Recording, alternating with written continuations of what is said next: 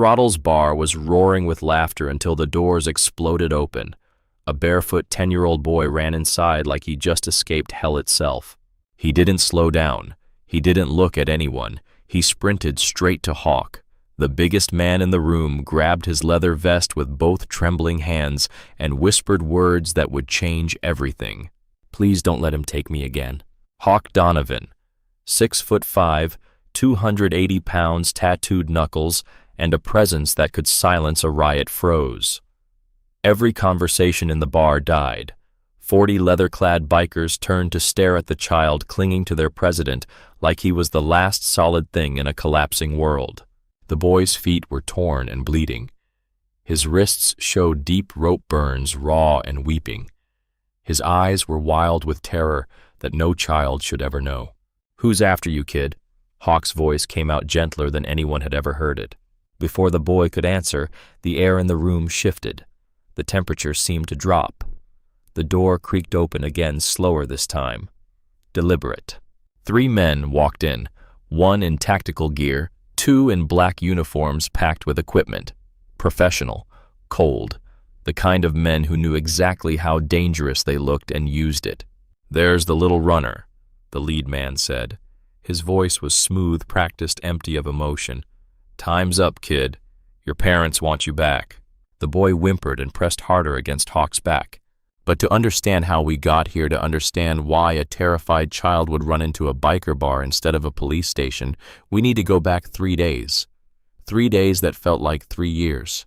Tyler Morrison had always been a careful kid, observant, the kind of 10-year-old who noticed things adults missed. His father, James Morrison, was a high school history teacher and a former Marine who taught Tyler to pay attention, to trust his instincts to survive. "In any situation, Ty, you find the exits first," James would say during their weekend camping trips. "You assess the people, you look for who's in charge, and you never ever panic. Fear makes you stupid. Fear gets you killed." Tyler's mother, Sarah, was a night shift nurse at Millbrook General. She worked long hours, came home exhausted, but always made time to ask Tyler about his day, to listen to his stories about school, to make him feel heard. They weren't rich. James's teacher salary and Sarah's nurse income kept them comfortable, but not extravagant. They lived in a modest 3-bedroom house on the working-class side of Millbrook, an industrial town 2 hours north of Pittsburgh. The kind of place where people knew their neighbors, where kids still played outside until the streetlights came on, where nobody locked their doors because nothing bad ever happened here. Until it did. That Tuesday morning started normal. Tyler woke to the smell of his mother's coffee, even though she'd just gotten home from her shift and should have been sleeping. She always stayed up to see him off to school. Always.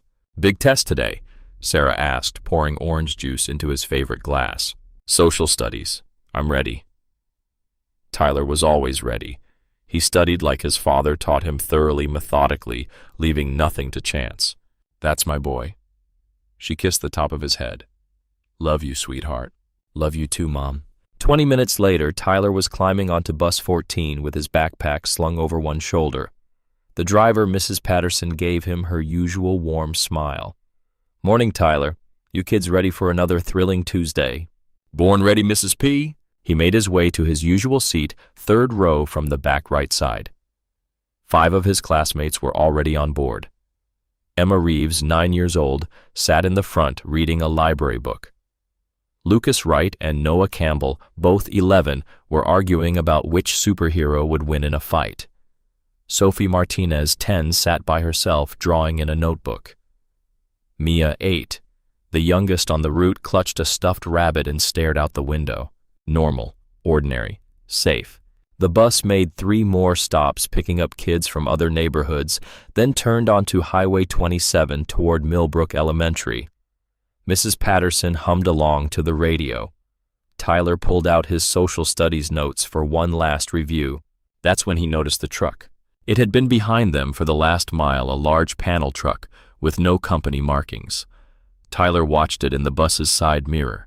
It kept pace perfectly, never trying to pass, never falling back. Just there, constant. His father's voice echoed in his mind. If something feels wrong, it probably is. Trust that feeling. Tyler sat up straighter watching the truck. 2 minutes later, it accelerated, pulled alongside the bus in the opposite lane. And then everything went to hell. The truck swerved hard, forcing Mrs. Patterson to brake. The bus skidded tires, screaming. Kids shrieked.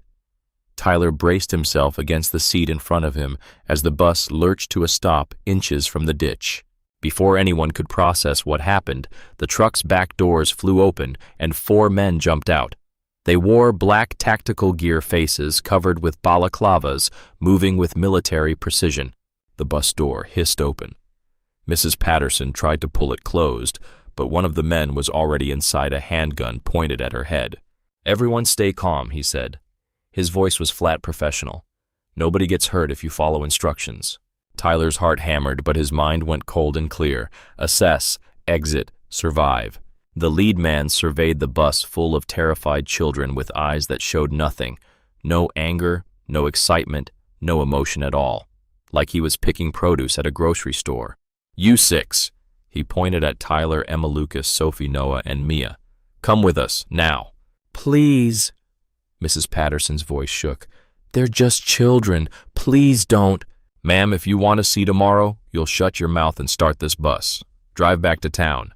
Tell anyone what happened, we start killing them. 1 every hour. You want to test me?" Mrs. Patterson's face went white. Tears streamed down her cheeks, but she nodded. The man grabbed Emma first. She screamed and tried to fight, but he lifted her like she weighed nothing. Lucas tried to run and got backhanded across the face. Blood poured from his nose. After that, the fight went out of them. Tyler felt hands close around his arm. He didn't resist. He watched.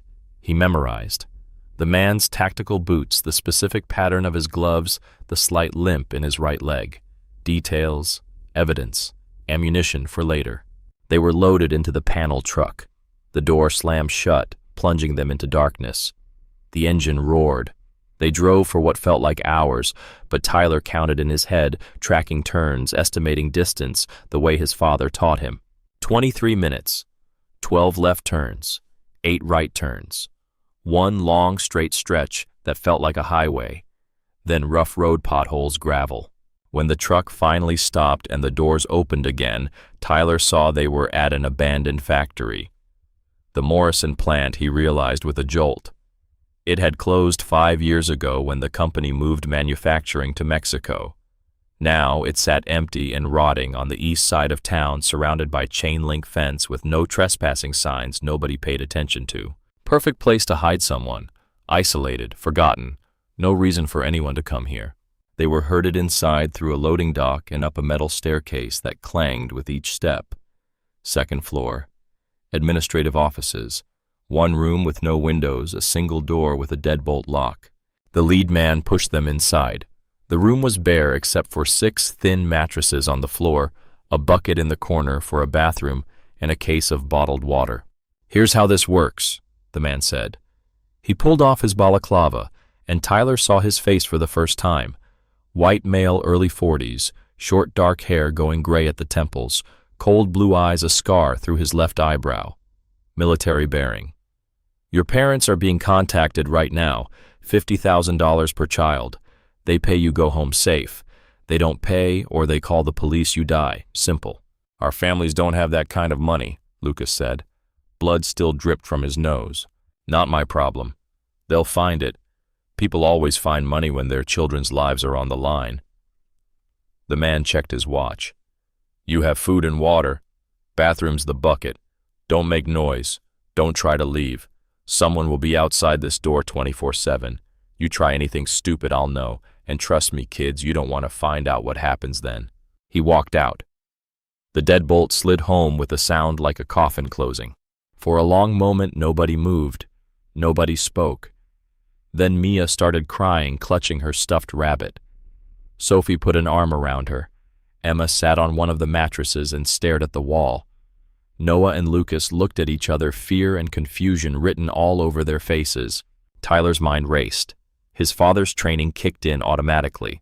Assess the situation, inventory your resources, make a plan.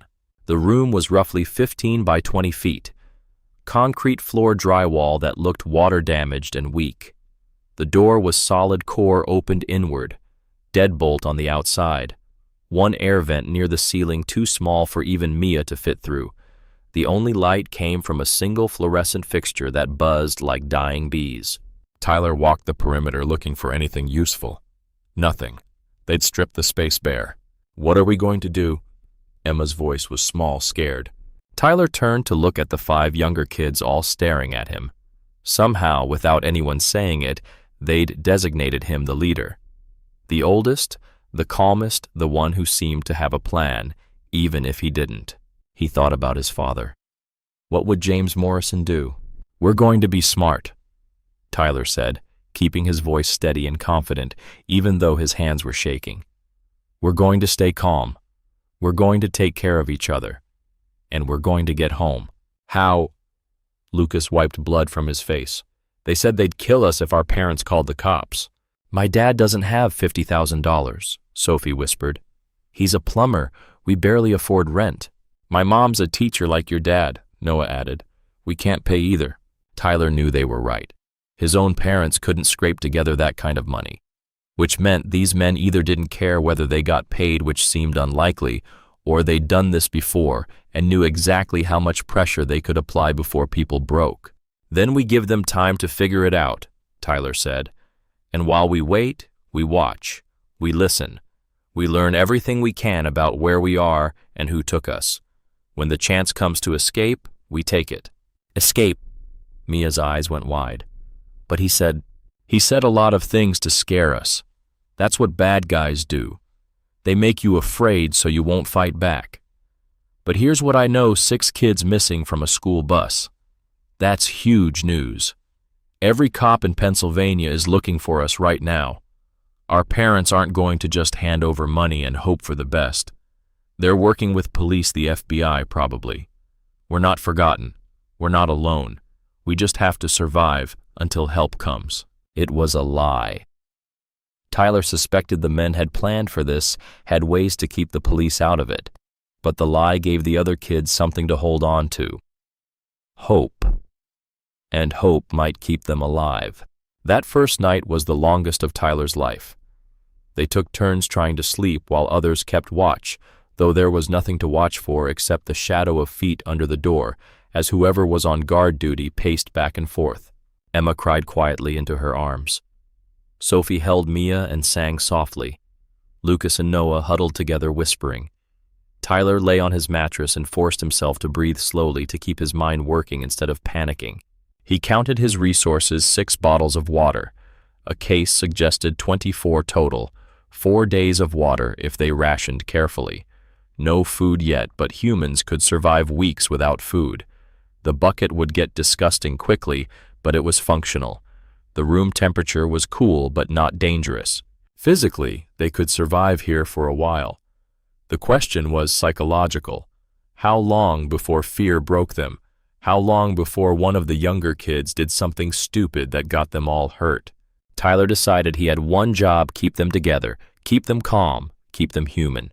So, on day 2, when a different man brought them breakfast, Tyler started gathering intelligence. This guard was younger, maybe early 20s. Hispanic tattoo on his neck, nervous energy. He opened the door just wide enough to slide in a box of granola bars and more water, then started to leave. "Hey," Tyler said. The guard stopped, surprised. What's your name?" "Shut up, kid." "I'm Tyler. This is Emma, Lucas, Sophie, Noah, and Mia. We're real people, just kids. Don't you want to know who you're helping kidnap?" The guard's jaw tightened. "I said shut up. Do you have kids? Brothers and sisters? How would you feel if someone took them?" For just a second, something flickered in the guard's eyes. Doubt. Guilt. Then it was gone and his face hardened. "You don't know anything about me. Eat your food. Stay quiet." He left. But Tyler had learned something important: this guard had a conscience, which meant he could be manipulated. Not much, but maybe enough. Over the next 2 days, Tyler established a routine. Morning exercises to keep everyone moving, story time where they each shared memories from home, games using rocks and dust to mark tic-tac-toe grids on the floor, Anything to maintain normalcy, to keep the kids from sinking into despair. He also watched and listened constantly. The guards changed shifts every 12 hours. He could tell by the different footsteps outside the door. One guard was heavy, over 200 pounds, probably with a distinctive drag to his left foot. The other was lighter, quicker, the young, nervous one who'd brought breakfast. Through the thin walls, Tyler heard conversations. Men talking about sports, about money, about the boss. One voice stood out, calm, commanding, the voice of someone used to giving orders, the same voice from the school bus. On day 3, Tyler heard that voice on a phone call. Fourth job, boss. Phoenix is lined up for next month. These 6 should clear at least 200 grand after expenses.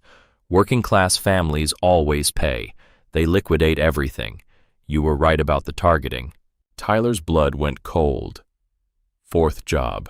This wasn't their first time. They'd done this before, probably multiple times, refining their technique, and they were already planning the next one, which meant Tyler and the others weren't hostages who'd be released once ransoms were paid.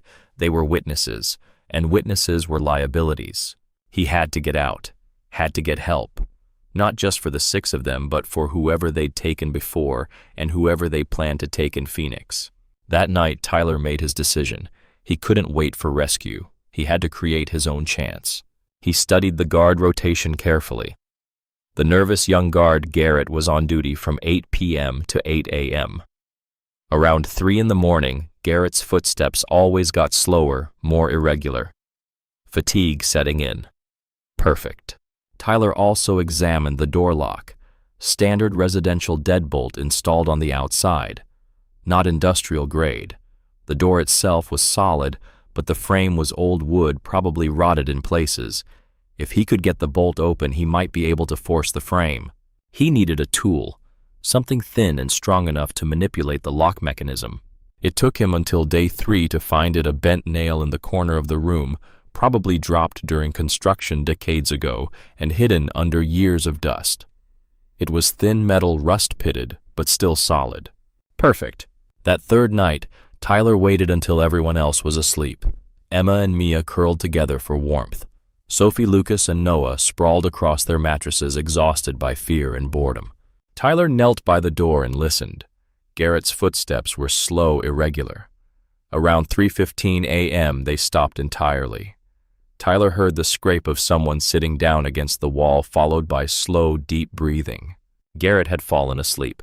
Tyler's heart hammered, but he forced his hand steady. He slid the bent nail into the crack between door and frame, feeling for the bolt mechanism. His father had shown him this once, explaining how most residential locks could be picked with patience and the right leverage. Most people think locks keep them safe, James had said. Really, locks just keep honest people honest. Anyone determined enough will get through. Tyler worked the nail carefully, feeling for the catch. Sweat dripped into his eyes. His fingers cramped. Minutes stretched into hours, or maybe just felt that way. Then he felt it. The tiny click of metal on metal, the bolt sliding back a fraction of an inch. He pulled gently on the door. It moved. Just slightly, but it moved. Tyler froze, listening. Garrett's breathing was still deep and regular. Asleep. Tyler turned to look at the other 5 kids still sleeping. He couldn't take them. 6 kids trying to escape would make noise, would be slow, would fail. But one kid, small and quiet, might make it. And if one made it out, he could bring help back for the others. Tyler crept to Lucas and shook him gently. Lucas's eyes flew open in panic, but Tyler covered his mouth. "It's me," Tyler whispered. "Listen carefully. I'm going to get help. I'm going to bring police back. You're in charge while I'm gone. Keep everyone calm. Keep everyone quiet. Tell them I'll come back. I promise. Do you understand?" Lucas nodded, terrified but trusting. "Good. Don't tell anyone until morning. By then, I'll either be back with help or caught. If I'm caught, don't admit you knew I was leaving. Say I snuck out while you were all asleep." "Got it." Another nod. Tyler squeezed his shoulder once, then turned back to the door. He opened it inch by agonizing inch, praying it wouldn't creak. Garrett sat slumped against the opposite wall, head tilted back, mouth open, dead asleep. Tyler slipped through the gap and ran. The factory was dark, lit only by moonlight through broken windows. Tyler's bare feet made no sound on the concrete as he flew down the metal stairs through the loading dock out into the night. Cool air hit his face. Freedom. Terrifying and exhilarating. Behind him a shout. "Hey kids, gone runner!" Flashlight beams cut through the darkness. Tyler didn't look back. He ran like his life depended on it because it did. The factory was surrounded by fence, but Tyler found a gap where vandals had cut through the chain link. He squeezed through, tearing his shirt, not caring. Then he was on the street, running through an industrial district he barely recognized. Which way? Where was he? He'd counted turns in the truck, but that had been 3 days ago, and at night, everything looked different. Find people. Find help. Find adults who would believe him. Tyler ran through dark streets, past closed businesses and empty parking lots. His feet were bleeding, leaving prints on the pavement. His lungs burned. Behind him, an engine roared to life. Headlights swept the street. They were coming for him. Tyler cut through an alley, jumped a fence into someone's backyard, kept running. Dogs barked. Porch lights came on. He didn't stop. 3 blocks, 4, 5. His legs were screaming, but fear pushed him forward. Then he saw it. Neon lights cutting through the darkness. A sign that read, "Throttles Bar" in red letters with a skull and crossed pistons underneath. Music and voices poured out into the night. People, witnesses, safety. Tyler's father's words echoed, "In any emergency, find adults in a public place, somewhere with lots of people who can help. Don't go to an empty house or a dark street. Go where there's light and numbers." The bar was full of motorcycles parked outside big, dangerous-looking machines that should have scared him. But Tyler was way past fear. He needed help, and this was the only light in a neighborhood of darkness. Behind him, the truck's headlights swept around a corner. Tyler put on one final burst of speed, crashed through the bar's front door, and ran straight toward the biggest man in the room. A mountain of leather and muscle and tattoos who turned at the commotion with eyes that could stop a charging bull. Tyler grabbed his vest with both hands and said the only thing that mattered. "Please don't let him take me again." And Hawk Donovan, president of the Iron Riders Motorcycle Club. A man who'd built walls around his heart for 20 years after losing his 8-year-old sister to men just like whoever was chasing this boy, felt every one of those walls crack. "Who's after you, kid?" Before Tyler could answer, the door opened. 3 men in tactical gear walked in like they owned the place. "There's the little runner. Time's up, kid. Your parents want you back." Tyler pressed himself against Hawk's back, and Hawk felt the boy's whole body shaking. Not the trembling of cold or exhaustion, the shaking of pure terror. Hawk looked down at Tyler's wrists. Rope burns. Deep, raw, recent. He looked at Tyler's feet. Torn, bleeding, clearly run several miles on bare pavement. He looked at the boy's eyes.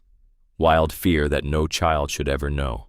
Then Hawk looked at the 3 men standing in his bar with their tactical gear and their professional calm and their barely concealed weapons. And something in Hawk's chest, something that had been dead since Lily disappeared, came roaring back to life. "What's your name, kid?" Hawk asked gently. "Tyler Morrison." "Okay, Tyler, you're safe now, I promise. Nobody's taking you anywhere you don't want to go." The lead man smiled.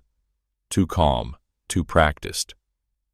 "Sir, I appreciate your concern, but this is a recovery operation. This child was kidnapped 3 days ago. We're private security hired by his family to bring him home."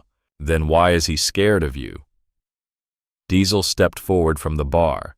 He was shorter than Hawk, but broader, a former cop with instincts that never quit. "Kid runs in here like the devil's chasing him, hides behind us, got rope burns on his wrists. That's not how rescuees act around their rescuers." "Trauma," the lead man said smoothly. "Kidnapped children often misidentify their rescuers. It's a documented psychological phenomenon. The Stockholm Syndrome can set in quickly." "What's your name?" Hawk asked. "Derek Walsh. I run Walsh Security Solutions. Happy to provide credentials." "Do that, Snake." Snake, the club's tech guy, was already on his phone. 28 years old, slight build, more comfortable with computers than people, but fiercely loyal. He typed rapidly, pulled up search results, frowned. "Walsh Security Solutions is legit. Registered in Delaware 3 years ago. Small operation, mostly executive protection. But He typed more.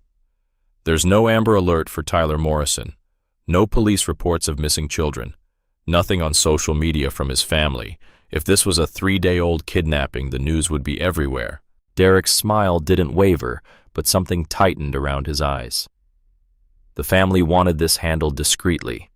Going public can endanger the child. It's standard procedure in ransom situations. Ransom.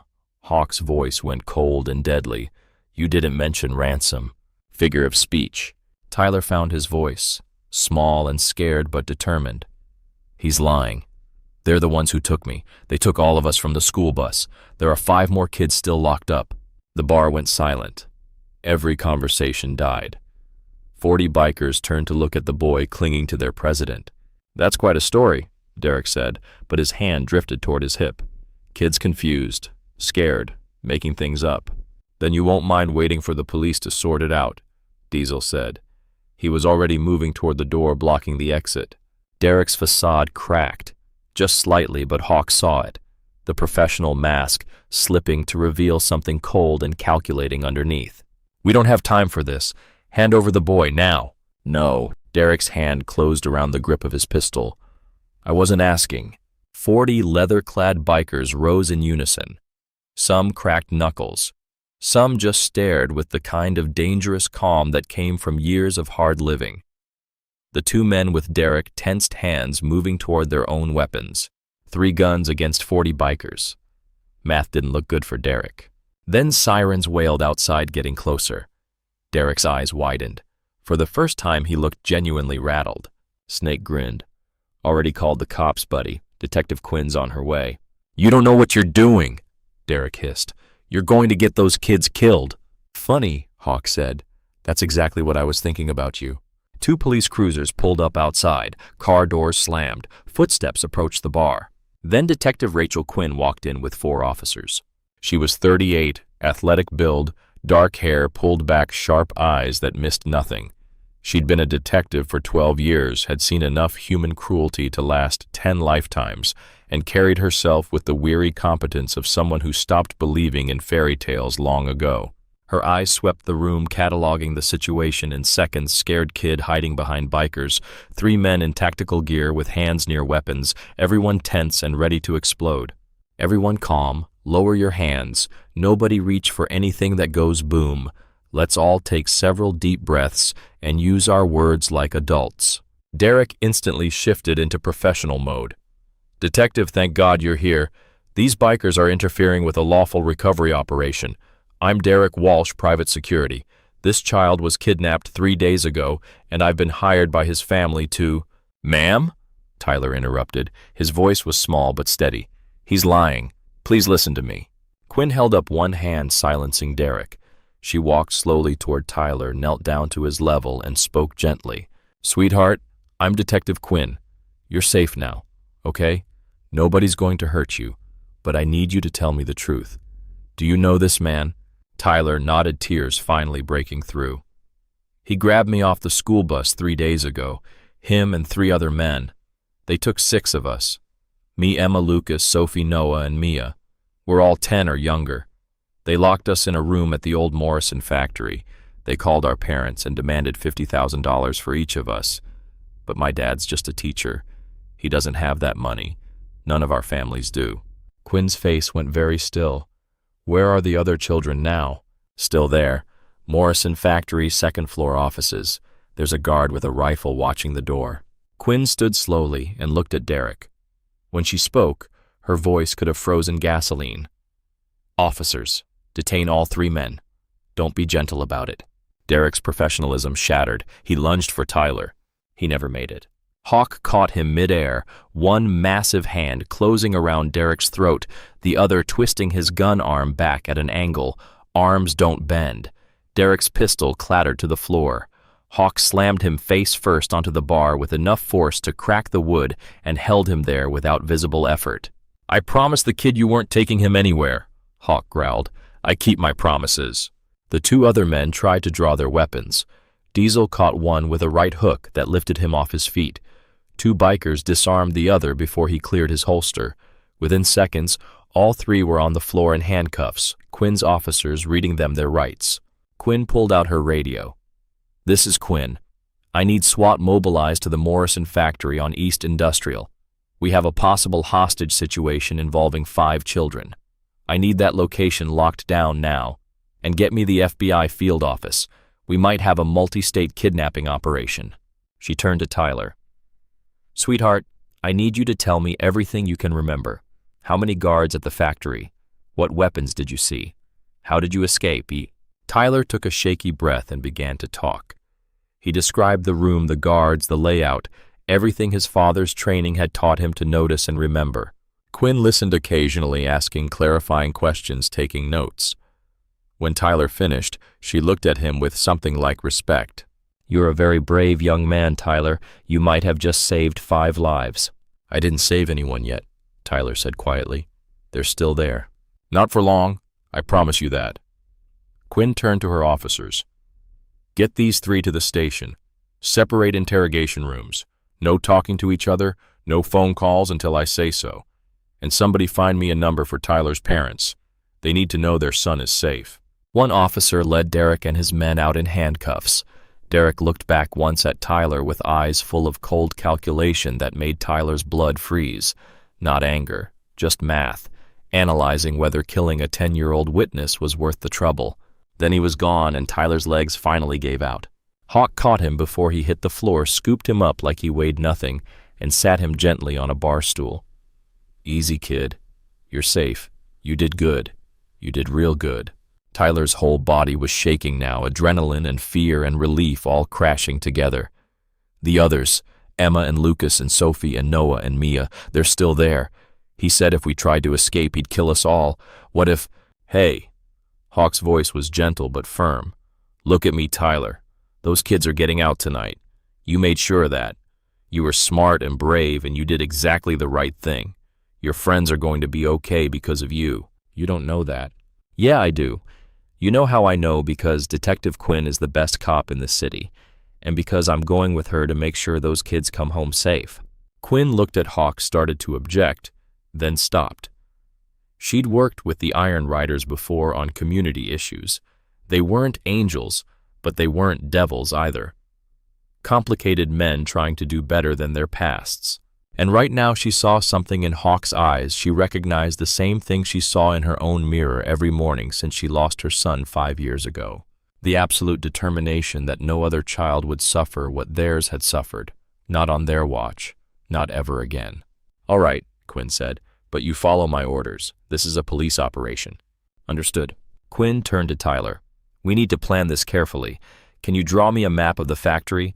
Show me exactly where the kids are, where the guards station themselves, any details you remember." Tyler nodded, and Snake produced a pen and paper. For the next 20 minutes, Tyler drew and described everything he could remember. The loading dock entrance, the metal stairs, the second-floor offices, the room where the other kids were held, the guard positions, the shift changes. Quinn radioed for SWAT, and the FBI liaison started building an assault plan. But something bothered her. "Tyler, when you escaped, did anyone try to stop you? How did you get past the guard?" "He was asleep. The young one, the nervous guard. I waited until 3 in the morning when people sleep deepest. Then I picked the lock with a nail I found and ran. It took them a few minutes to notice I was gone." "You picked a lock at 10 years old?" "My dad taught me. He was a Marine. He taught me lots of stuff about surviving." Quinn looked at this small, scared, unbelievably brave kid and felt something crack in her chest. Her own son had been 6 when he was taken. They found his body 3 days later. The man who killed him was in prison for life, but that didn't bring her boy back. She'd become a detective because of what happened. Dedicated her life to making sure other parents didn't lose their children like she lost hers. And here was Tyler Morrison proving that sometimes, just sometimes, there were happy endings. "Your dad taught you well," Quinn said quietly. "Tyler, here's what's going to happen. SWAT is going to secure the factory. We're going to get your friends out safely. And you're going to stay here with these gentlemen until we bring them back. Can you do that?" Tyler looked at Hawk. "You'll really go get them." "I swear it. And you'll come back." "Kid, nothing short of death could keep me away. You have my word." Tyler believed him. Maybe because he was 10 and desperate to trust someone, or maybe because Hawk had the same look in his eyes that Tyler's father got when he made a promise absolute certainty. "Okay," Tyler whispered. Quinn stood. "Let's move. We've got 5 kids waiting for rescue and time's not on our side." She headed for the door, then stopped and looked back at the 40 bikers watching silently. "How many of you want to ride along?" Every single hand went up. Quinn almost smiled. "All right. But you follow orders, stay back from the actual breach, and you do exactly what I say when I say it. These kids have been through hell. When they come out, they're going to be scared, traumatized, possibly injured. They're not going to trust uniforms and guns and strangers, but they might trust this." She gestured at the room full of leather and muscle and hard faces. "Because Tyler did. So we use that." "Understood." Hawk nodded. "Understood. Good, let's go get those kids." 20 motorcycles followed the police convoy like a thunderstorm rolling across Millbrook.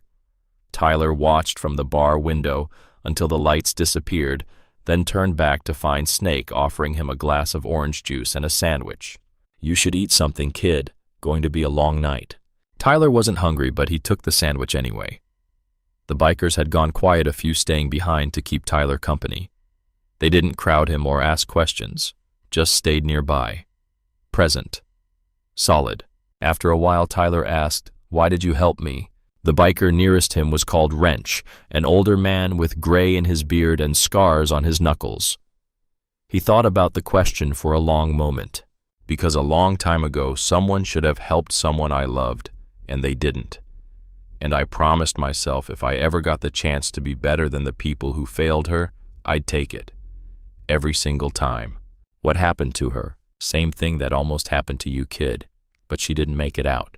Tyler went very quiet. "I'm sorry." "Me too. That's why we ride Tyler. Why we watch. Why we protect this town. We can't save the people we lost, but we can damn sure save the ones still here." Tyler understood. He thought about Hawk's face when Tyler grabbed his vest, the flash of something old and painful in his eyes before it hardened into determination. These weren't just bikers helping a random kid. They were men trying to rewrite old tragedies, trying to prove that this time, this place, this moment could end differently. Tyler sat in Throttle's bar, surrounded by leather-clad strangers who somehow felt safer than his own living room, and waited for news. Across town, Detective Quinn coordinated with SWAT as they approached the Morrison factory. The building loomed against the night sky, dark and abandoned-looking, except for a faint glow from second-floor windows. Hawk and the Iron Riders parked a block away as instructed. They could see the factory but stayed out of the tactical team's way. Quinn's radio crackled. "Eyes on target. 1 guard visible outside smoking. Second-floor lights are on. No external movement." "Can you ID the guard?" "Negative. Male medium build armed with what looks like an AR-15. Hawk leaned close to Quinn. "Tyler said the guard was young, nervous. Probably isn't trained military. If you approach calm, he might not shoot.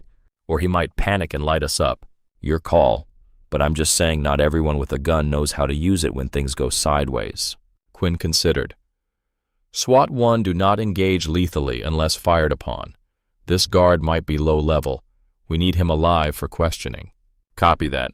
The SWAT team moved in with the practiced efficiency of professionals who'd done this 100 times. 2 teams, front and back, synchronized breach. The guard outside heard something turned and found himself face to face with 5 rifles and a very calm voice saying, "Drop the weapon. Hands up. Do it now." He dropped the rifle so fast it bounced on the concrete. His hands shot up. "Don't shoot. Don't shoot. I didn't hurt anyone." "On your knees, hands behind your head." He complied instantly, nearly crying with relief or fear or both. Inside, the SWAT team swept the first floor, found it empty, then moved up the metal stairs Tyler had described. Second floor, administrative offices. 1 door with a deadbolt lock and a guard sitting beside it. The guard looked up from his phone, saw 5 tactical operators pointing weapons at him, and very wisely chose to live. "Keys, now." He handed them over with shaking hands. The deadbolt clicked open. The door swung wide. 5 children huddled in the corner of the room. Emma and Mia screaming, Lucas trying to shield them with his own body. Sophie frozen in shock. Noah crying. The SWAT leader lowered his rifle immediately. "It's okay. You're safe. "We're police. We're here to take you home." But the kids didn't move. They'd been told for 3 days that any rescue was a trick, that the police were in on it, that they couldn't trust anyone. They saw guns and tactical gear and strangers, and their traumatized minds couldn't process safe when everything screamed danger. That's when Hawk walked in. He'd followed SWAT up the stairs despite Quinn's orders to wait because he'd made a promise to Tyler and he intended to keep it. Hawk filled the doorway, 6'5" of leather and tattoos and muscles, and he looked absolutely terrifying, except for his eyes. His eyes were soft and sad and gentle. He knelt down slowly, hands open, palms visible. "Hey kids, my name's Hawk. Tyler sent me to get you." Emma's head snapped up. "Tyler? Where is he? Is he okay?" "He's safe. He's at my bar eating a sandwich and drinking orange juice and waiting for you. He told me exactly where to find you. He said you'd be scared, but it's okay to be scared. You've all been through hell. But I need you to believe me when I say you're safe now. Nobody's going to hurt you, I promise." Lucas stood slowly still, shielding the younger kids. "How do we know you're telling the truth?" "You don't. But Tyler trusted me enough to ask for help. Are you going to believe him or not?" Lucas thought about that. Tyler was the smartest kid he knew. If Tyler trusted this giant biker, maybe they could too. "Okay," Lucas said quietly. "Okay, we'll come." "Good man." Hawk stood and gestured to the SWAT team. "Put the guns away. You're scaring them." The SWAT leader started to argue, then looked at the terrified children and complied. Rifles lowered, strapped to backs, hands held up, showing empty palms. Immediately, the tension in the room dropped. Hawk stepped aside and gestured to the door. "Come on, let's get you out of here." Sophie was the first to move. She walked to Hawk on shaking legs and he lifted her gently. Emma followed with Mia's hand clutched in hers. Lucas and Noah came last, staying close together. They walked down the stairs as a group, Hawk carrying Sophie's SWAT surrounding them protectively. Outside, more police vehicles had arrived, lights flashing red and blue. The kids saw the lights and froze again. Too many uniforms, too many strangers, too much chaos. That's when the Iron Riders stepped forward. 40 leather-clad bikers formed a wall between the children and the chaos of the crime scene. Not aggressive, just present, solid, a human shield. Emma looked at them, then at Hawk. "Are all of you Tyler's friends?" "We are now," Hawk said gently. Mia, the youngest at 8 years old, started crying again, but this time she ran forward and threw her arms around Hawk's leg, holding on like he was the only stable thing in a tilting world. Hawk looked down at this tiny girl clinging to him and felt something break open in his chest. All the grief he'd carried for 20 years since Lily disappeared. All the rage and guilt and helplessness. It didn't go away. Probably never would. But for the first time in 2 decades, it felt like maybe, just maybe, he could do something with it besides destroy himself. He could protect the ones who were still here. Detective Quinn approached carefully. "Kids, we need to take you to the hospital to get checked out, then to the police station, so you can talk to us about what happened. Your parents are on their way. They're going to meet you at the hospital." "Can Hawk come?" Emma asked. Quinn looked at Hawk, at the children clustered around him like he was the only adult in the world they trusted, and made a command decision. "Yeah, he can come." The convoy to Millbrook General Hospital was something the night shift staff would talk about for years. 5 police cruisers, 2 ambulances, and 20 motorcycles all moving together through empty streets at 3 in the morning. Tyler paced Throttle's bar wearing a borrowed hoodie because his shirt had torn during the escape, drinking his 3rd glass of orange juice waiting. When Snake's phone buzzed with a text from Diesel, Tyler nearly knocked over his glass lunging for it.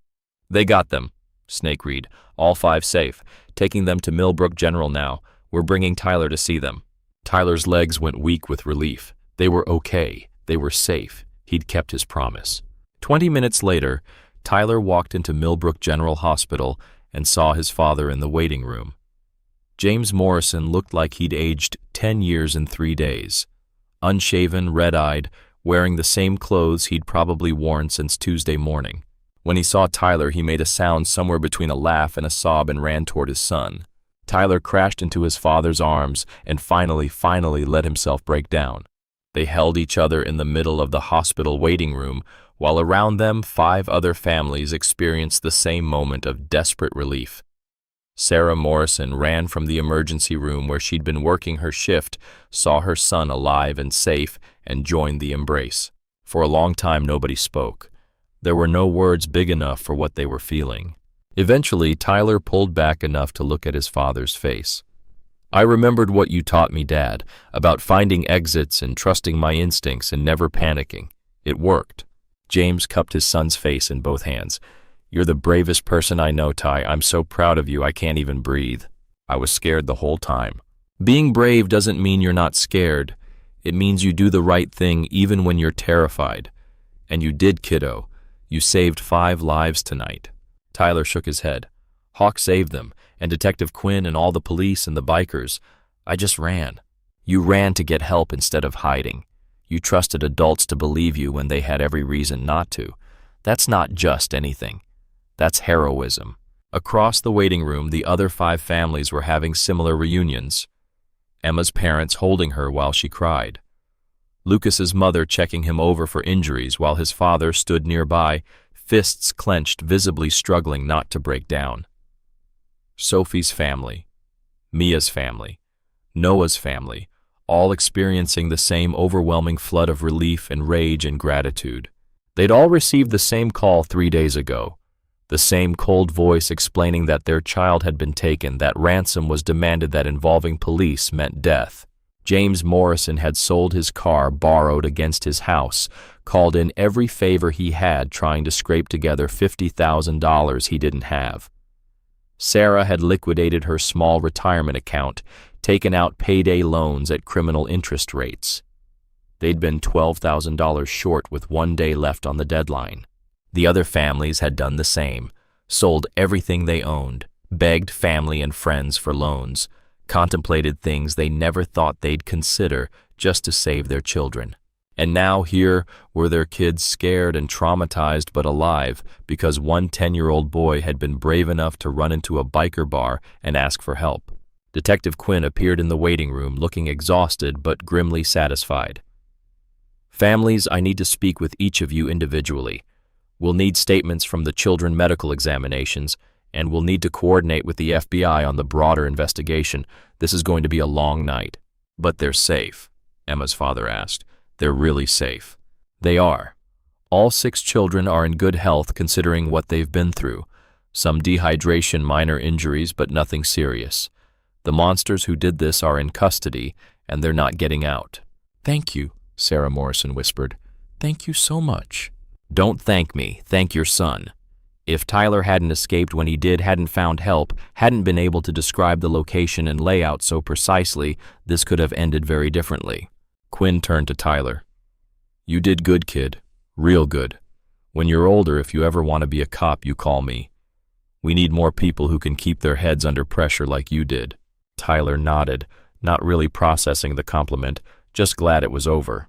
Except it wasn't over. Not really. The rescue was done, but the aftermath was just beginning. And in an interrogation room at Millbrook Police Station, Derek Walsh sat across from Detective Quinn and Special Agent Morrison of the FBI and started to realize that his carefully constructed life was about to collapse. "I want a lawyer," Derek said for the 5th time. "You'll get one," Quinn replied. "But we're charging you with 6 counts of kidnapping, 6 counts of extortion, conspiracy to commit murder, and about a dozen other felonies that'll put you away for life. So before your lawyer shows up and tells you to stop talking, maybe you want to think about cooperation, because right now you're looking at federal charges, multiple state charges, and somewhere between 40 and 60 years in prison. Help us, give us the people above you in this organization, and maybe we can talk about a deal." Derek laughed. It was a cold, bitter sound. "You think I'm scared of prison? You don't know who I work for. If I cooperate, I'm dead. My family is dead. Everyone I've ever cared about is dead. So no, detective, I don't think I'll be cooperating." "Tell me about the shepherd," Agent Morrison said. Derek went very still. "I don't know what you're talking about." "We pulled your phone records. You made 3 calls to a number registered to a shell corporation in Delaware in the last week. That same number has connections to kidnapping cases in Oregon, Nevada, and Arizona. 18 children total. Same MO every time, working-class families, $50,000 per child, threats to kill the victims if police get involved. You want to tell me that's a coincidence? Derek's facade was cracking. Fear leaked through. I want a lawyer, now. You're going to need one, Quinn said. Because we're not just charging you with these 6 kids. We're going after you for every child you've ever taken. And when we're done, there won't be enough left of your life to fit in a matchbox. She stood and walked out, leaving Derek alone with his fear. In another interrogation room, the younger guard Garrett was singing like a canary. I didn't know they were really kidnapped, he babbled. Derek said it was protective custody, that the families had hired security because of threats. He showed me paperwork, it looked legit. I swear I didn't know. But you suspected, the officer interviewing him said. Maybe, yeah. The way the kids acted, the rope burns the fear.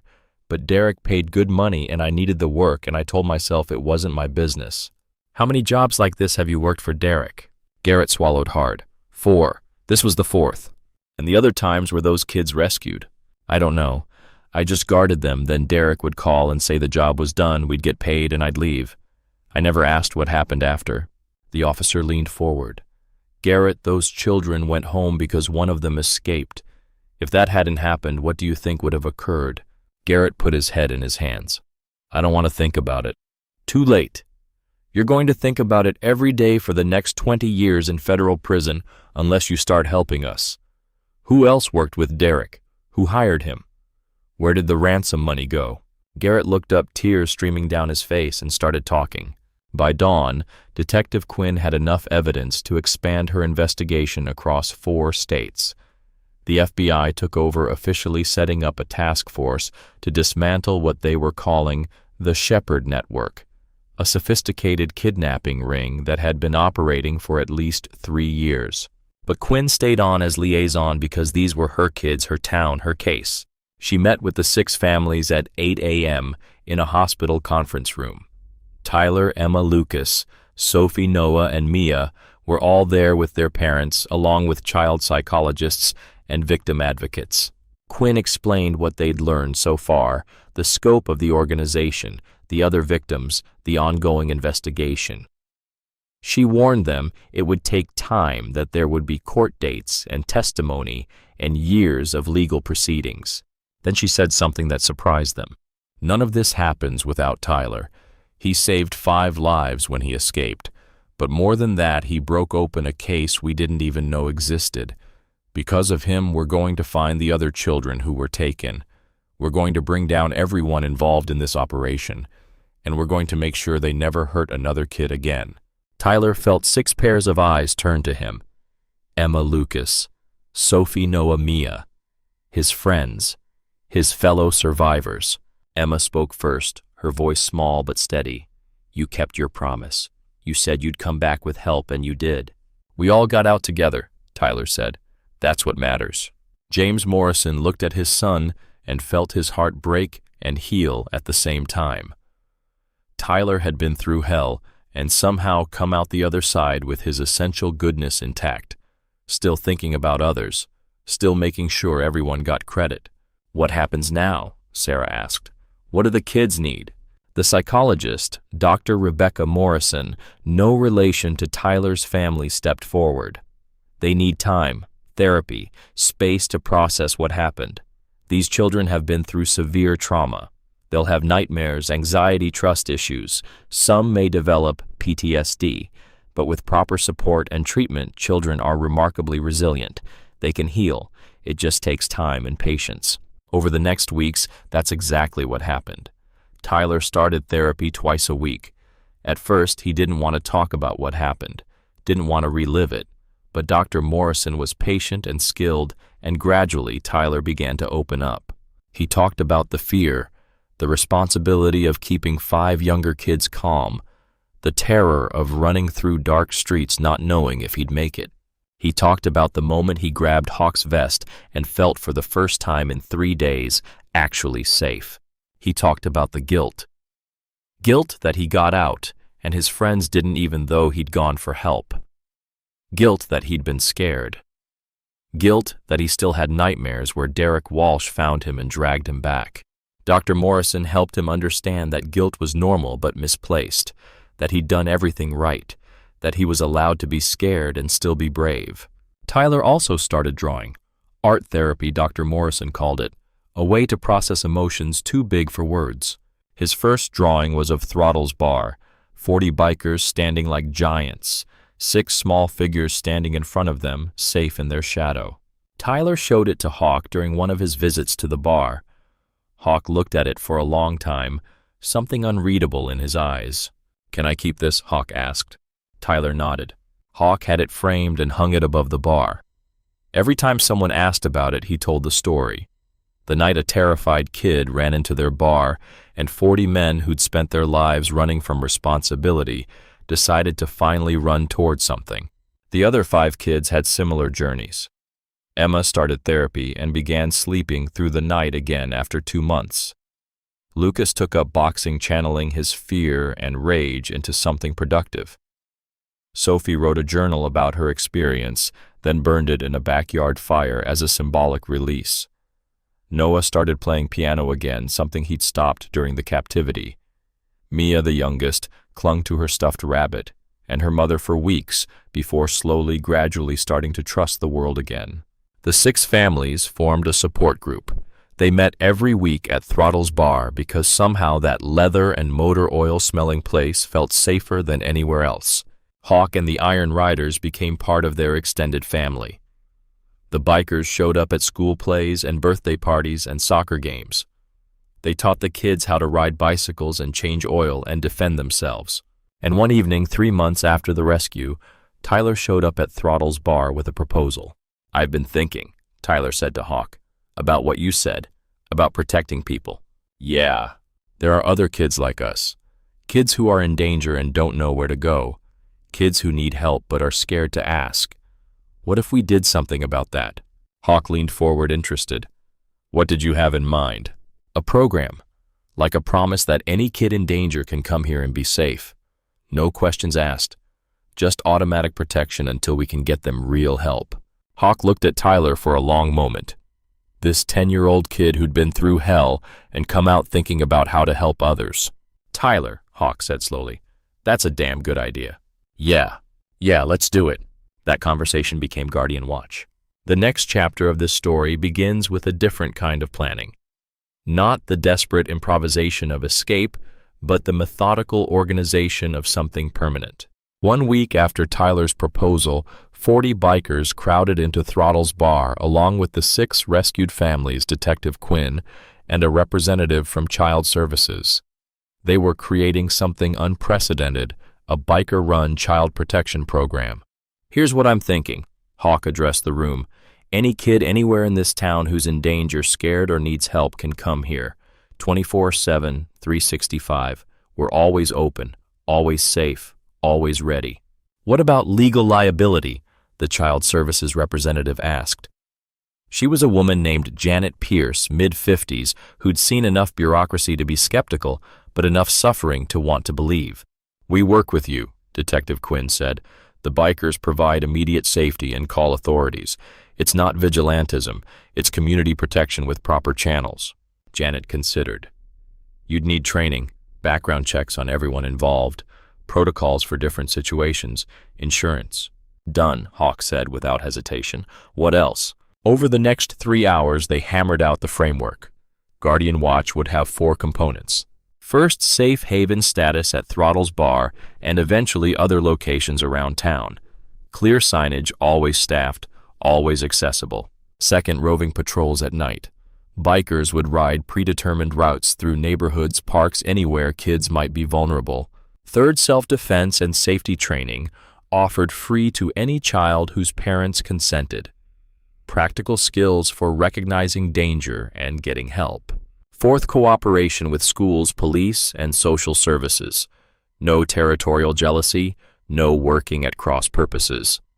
One unified goal: protect kids. Tyler listened to the adults planning and organizing and felt something shift inside him. 3 months ago, he'd been helpless. A victim. Someone things happened to. Now he was part of making sure those things didn't happen to others. James Morrison put a hand on his son's shoulder. "You proud of what you started here?" "I didn't start it. I just had an idea." Sometimes that's all it takes. One person brave enough to say, "This should exist," and then refuse to take no for an answer. Tyler thought about that. Dad, do you think the other kids are okay from before us, I mean? The 18 Derek took in other states. James's face darkened. I think Detective Quinn and the FBI are working hard to find them. They were. In fact, at that exact moment, Special Agent Morrison was in a conference room in the FBI's Philadelphia field office, coordinating with law enforcement across 4 states. The investigation into the Shepherd network was massive. They'd identified 24 victims so far, but the math suggested more. Derek Walsh's financial records showed income that didn't match the known cases. Either he was skimming money, or there were victims they hadn't found yet. Derek himself refused to cooperate, terrified of retribution from his mysterious employer. But Garrett, the young nervous guard, was singing. Derek recruited me 18 months ago, Garrett told the FBI in his plea bargain interview. Said he needed security for high-value protection details. Paid cash, no questions asked. First couple jobs seemed legit. Then I started noticing things didn't add up. But by then I was in deep and scared to leave. Tell us about the Shepherd, Agent Morrison pressed. I never met him. Derek talked to him on encrypted calls, but I heard enough to know he's rich, connected, and absolutely ruthless. Derek said the Shepherd had people everywhere, police, prosecutors, judges. If you came after him, he'd know before you finished typing the warrant. Do you believe that? Garrett swallowed. I believe Derek believed it, and Derek wasn't a guy who scared easy. The FBI was building a profile of the Shepherd based on fragments, encrypted communications, shell companies, financial transfers that disappeared into offshore accounts. A ghost moving massive amounts of money and ruining lives without ever showing his face. But ghosts made mistakes, and the FBI was patient. Back in Millbrook, Guardian Watch was becoming real. Hawk organized training sessions for the bikers. Janet Pierce brought in experts on child psychology, crisis intervention, and trauma-informed response. The bikers learned to recognize signs of abuse, how to de-escalate panic, when to call professionals versus when to provide immediate safety. Some of the older, harder bikers resisted at first. We're not social workers, one complained. We ride motorcycles and fix machines. Hawk shut that down fast. We're whatever these kids need us to be. You don't like it, there's the door. But if you stay, you're all in. No half measures. Everyone stayed. Tyler attended some of the training sessions invited by Hawk as a consultant.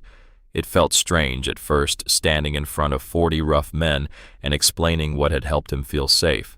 When I ran in here that night, Tyler said, I wasn't thinking about whether you were bikers or accountants or astronauts. I just knew I needed an adult who looked strong enough to protect me and kind enough to care. Hawk had both. That's what saved me. What about the other kids at the factory? Diesel asked. What made them trust us instead of the cops? Tyler thought about Emma's face when the SWAT team first breached the room, the terror in her eyes at the guns and tactical gear. They'd been told for 3 days that nobody was coming to help, that police were in on it, that trust would get them killed. When you all showed up with Hawk, you didn't look like the people who hurt us. You looked different, real, like regular people who just happened to ride motorcycles. Snake, who'd been taking notes on his laptop, looked up. So we need to not look like a threat. How do we do that when we're built like walk-in freezers and covered in tattoos? Tyler grinned. It was the first real smile he'd managed in weeks. You don't try to hide it. You lean into it. Kids aren't dumb.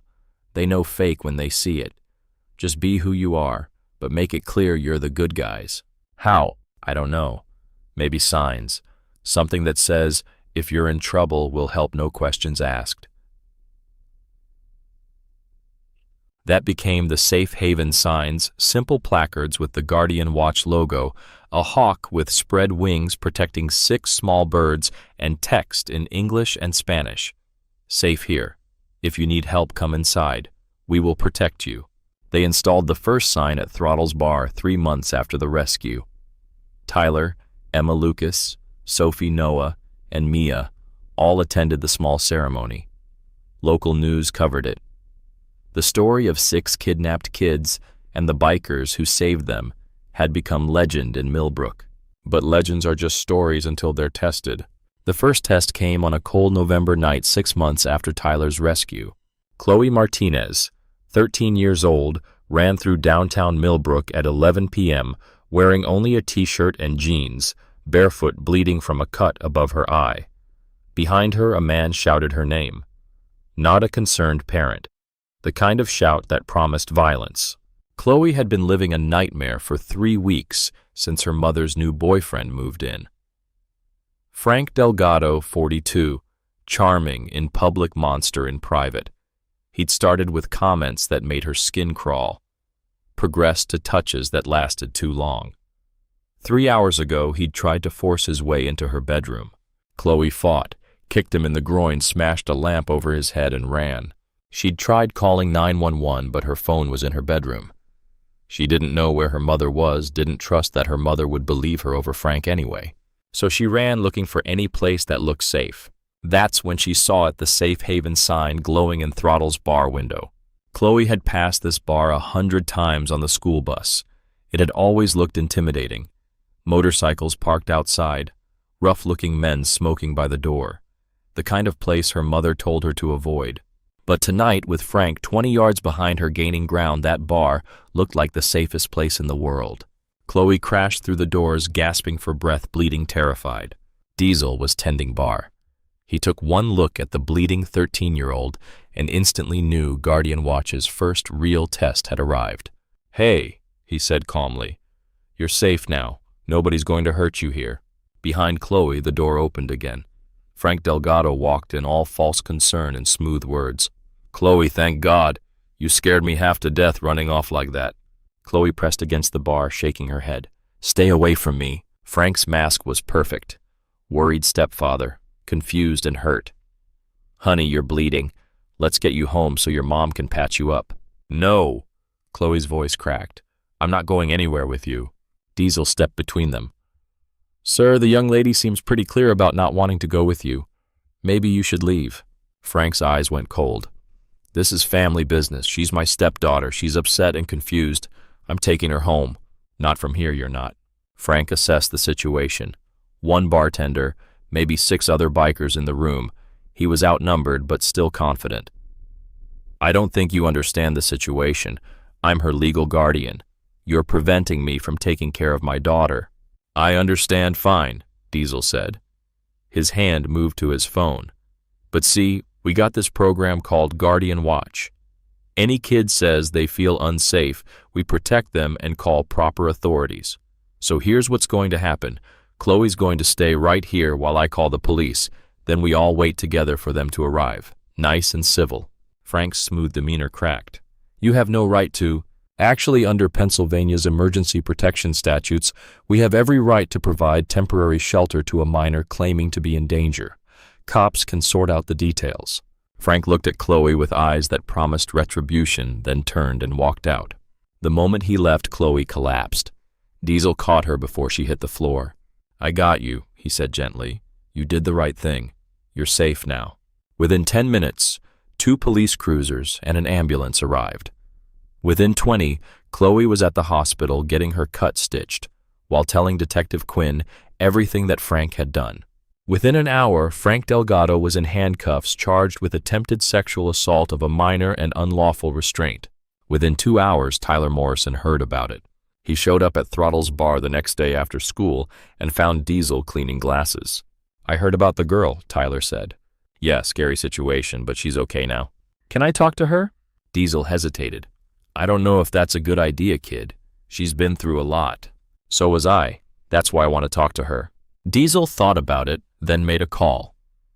20 minutes later, Chloe Martinez and her mother arrived at the bar.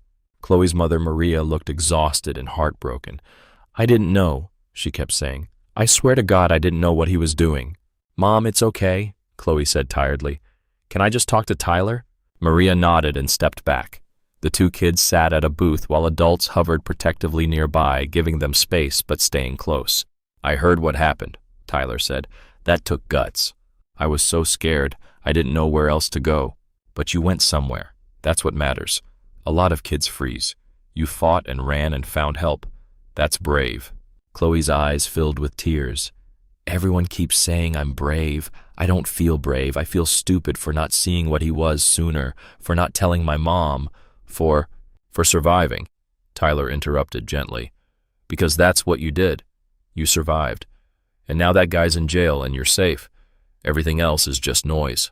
Chloe looked at this 10-year-old kid, speaking with the gravity of someone 3 times his age.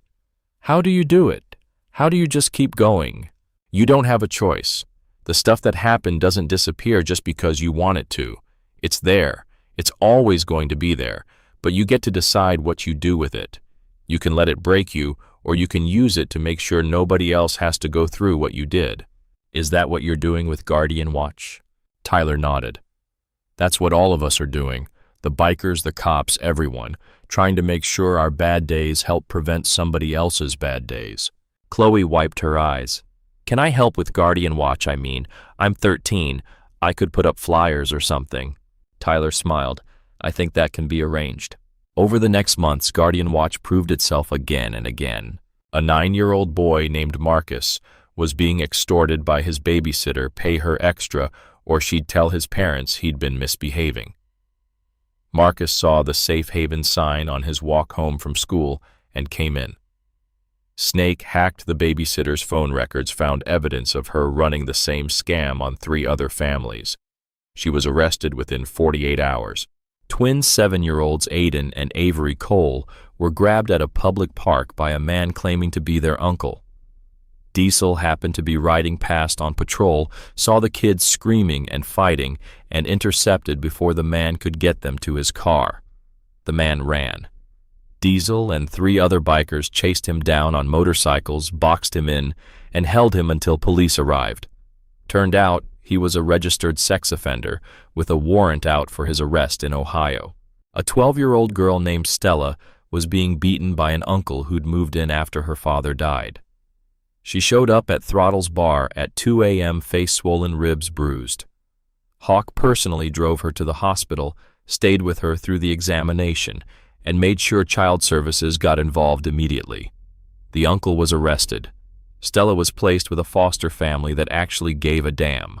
Each rescue reinforced the same truth: kids needed to know there was somewhere safe to go, and Guardian Watch was becoming that somewhere. Detective Quinn watched the program grow with a mixture of admiration and professional concern. You're doing good work, she told Hawk 6 months in. But you need to be careful. You're not police. You don't have immunity or legal authority. One wrong move and you could end up charged. I know, Hawk said. That's why we follow protocols. We provide immediate safety and call you. We don't interrogate, don't investigate, don't play vigilante. We're just the stopgap between danger and proper help. Keep it that way, because the second you cross the line, I'll shut you down. I don't care how many kids you've saved. Fair enough. Quinn's concern wasn't unfounded. Not every rescue was clean. One night, a 15-year-old named Jake Brennan came to the bar claiming his stepfather had a gun and was threatening to kill his mother. Hawk and 4 bikers went to the house, found Jake's stepfather drunk and waving a .45 caliber pistol, and had to physically subdue him before police arrived. The stepfather filed a complaint: assault, unlawful restraint, trespassing. The DA seriously considered pressing charges until Jake testified that the bikers had saved his mother's life. Case dismissed, but it was close. Another time, a girl came in claiming she'd been abducted and held for 3 days. Guardian Watch mobilized police, got involved, massive search effort. Turned out the girl had run away from home because she was grounded and made up the story for attention. That incident nearly killed the program. Quinn had to defend them to the chief of police, convincing him that one false alarm didn't negate a dozen real saves. You're walking a tightrope, Quinn warned Hawk after that. One more screw-up and the city pulls your safe haven license. There won't be another screw-up. You can't promise that. Kids lie sometimes, people make mistakes, you're human. Then we'll be careful humans. Through it all, Tyler remained Guardian Watch's most visible advocate. Now 11 years old, he spoke at city council meetings about why the program mattered. He visited schools, giving presentations on recognizing danger and seeking help. He became the face of a movement, proving that survival wasn't the end of the story, but the beginning. Emma Lucas, Sophie, Noah, and Mia followed his lead. The 6 of them formed a kind of survivors club, supporting each other through nightmares and therapy and the slow process of healing. They also volunteered with Guardian Watch in age-appropriate ways, helping design safety materials, visiting other rescued kids to share their stories, attending training sessions to give bikers feedback on what actually helped versus what sounded good but missed the mark. Emma, now 12, became particularly passionate about preventing abuse before it started. She designed a program for elementary schools teaching kids the difference between safe touch and unsafe touch, between secrets that protected surprises and secrets that hid harm. Lucas, almost 14, channeled his experience into martial arts.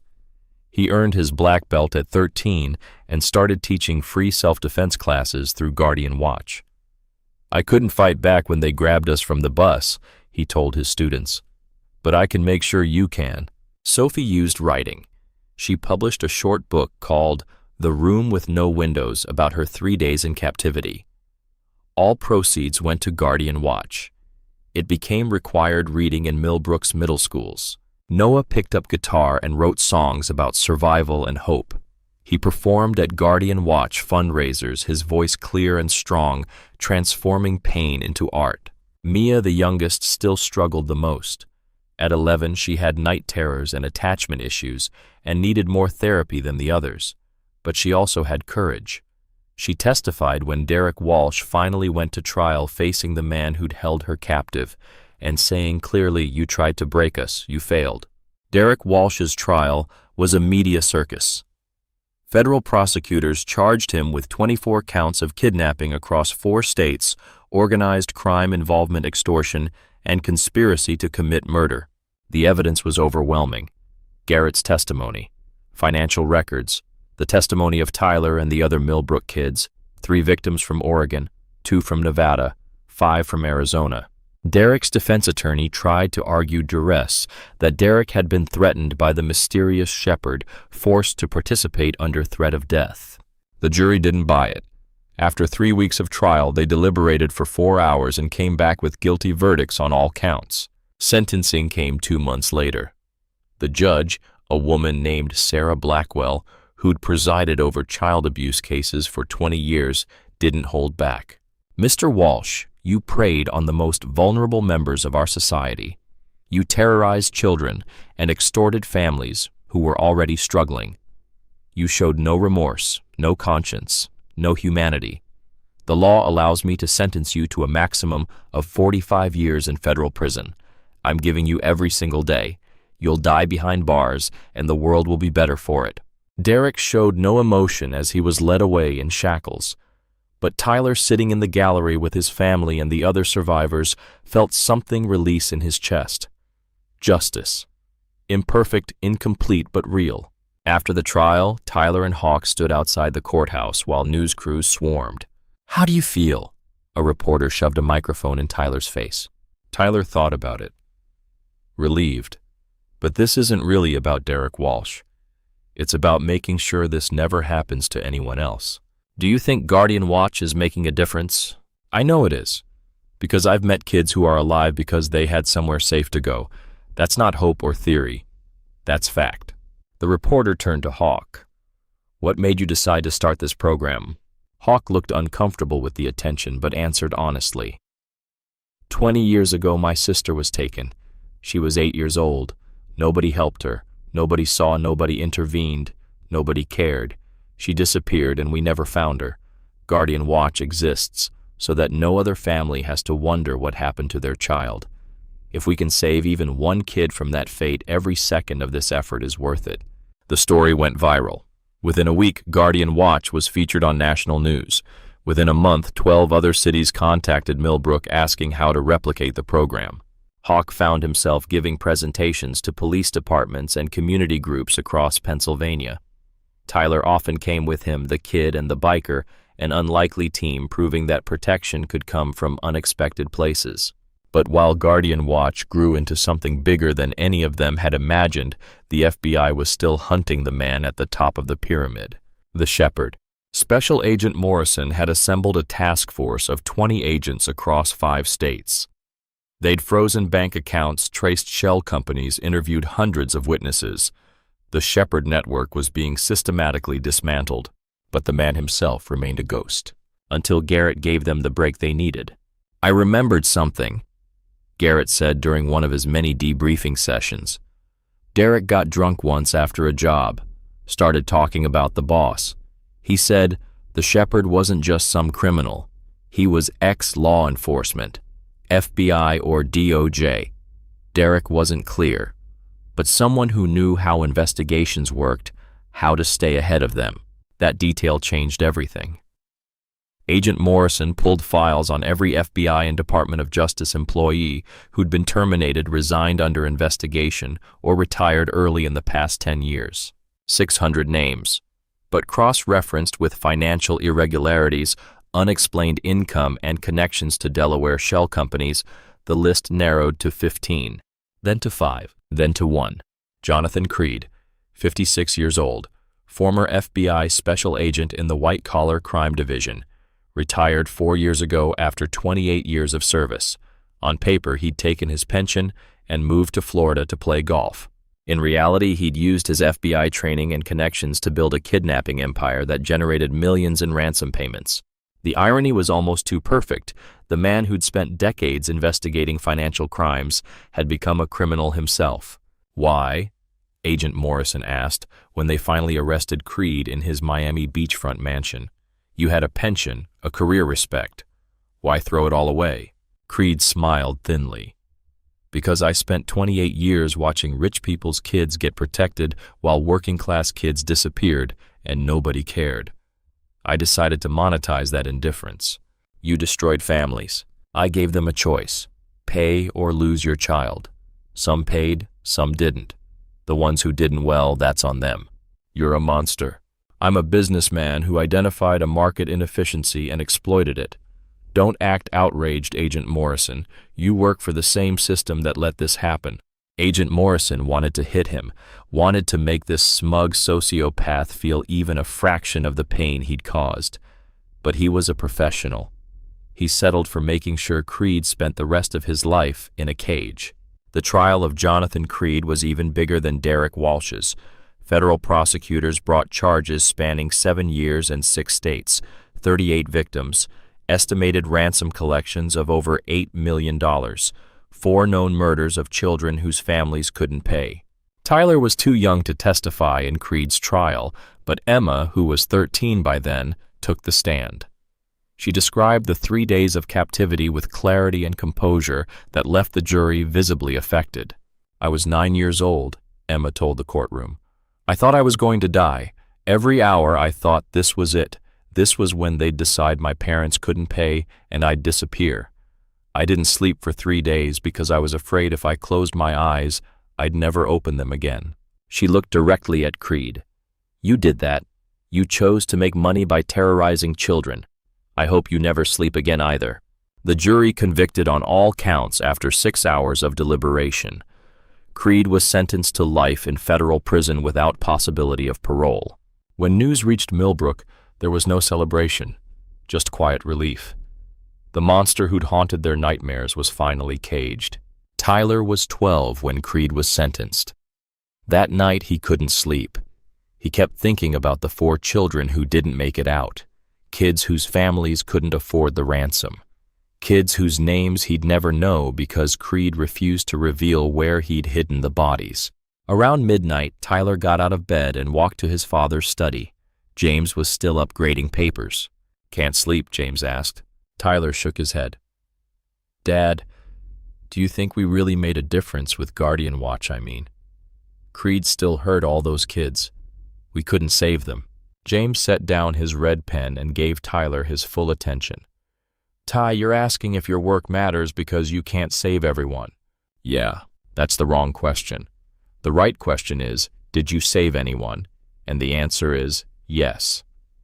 Chloe Martinez is alive because Guardian Watch existed. So is Marcus. So are Aiden and Avery and Stella. So are the kids we don't even know about yet, the ones who saw the safe haven signs and filed that information away for the day they needed it. But the ones who died are a tragedy, and you honor them by making sure their deaths weren't meaningless. You honor them by preventing the next victim. That's all anyone can do, Ty. Save the ones you can and never stop trying to save more. Tyler absorbed that. Is that why you became a teacher, to save kids? In a way. I can't protect everyone from everything, but I can give them tools to protect themselves. History, critical thinking perspective. And I can hope that somewhere down the line something I taught helps somebody make a better choice. Does it feel like enough? James smiled sadly. No, it never feels like enough, but it's what I can give, so I give it. Tyler understood. Guardian Watch would never save everyone, but it could save some, and some was infinitely better than none. The next day, Tyler went to Throttle's bar and found Hawk working on a motorcycle in the garage out back. "Got a minute?" Tyler asked. Hawk wiped grease off his hands. "For you always." "I was thinking we should expand. Not just safe haven signs, but actual training. Teaching kids how to recognize danger, how to escape, how to fight back if they have to. Like what your dad taught you." "Exactly. We could call it survival skills for kids or something." Hawk considered. "That's a big undertaking. Would need curriculum instructors, insurance, facility rental." "I know. But think about it, if I'd never learned to pick that lock, I'd still be in that room. If Emma hadn't known to scream and fight when someone grabbed her, she might not have made it out of that second situation. If Lucas hadn't taken martial arts, he couldn't teach other kids to defend themselves. Skills save lives." "You're right. Okay, let's do it. We'll need to bring in experts, set up a proper program. This is going to cost money we don't have." "Then we fundraise. Guardian Watch is famous now. People know the name. We can leverage that." Hawk laughed. "You're 12 and you're using words like leverage. When did you get so grown up? 3 days in a locked room ages you fast." The humor didn't quite mask the pain underneath. Hawk heard it anyway. "You doing okay, kid, really?" Tyler thought about lying, saying he was fine, but this was Hawk. He deserved honesty. "I have nightmares. Not as often as before, but they're still there. Sometimes I see Derek's face or hear the door locking and I panic. Dr. Morrison says it's PTSD and it might never fully go away." "That sucks." "Yeah, but I'm learning to manage it, and working with Guardian Watch helps. Makes me feel like the bad stuff had a purpose, you know." Hawk knew exactly what he meant. He'd spent 20 years trying to make Lily's death mean something. Guardian Watch was the closest he'd come. "All right," Hawk said. "Let's build this program, make it big, make it count." Over the next year, that's exactly what they did. 3 years after the rescue, Tyler Morrison turned 13.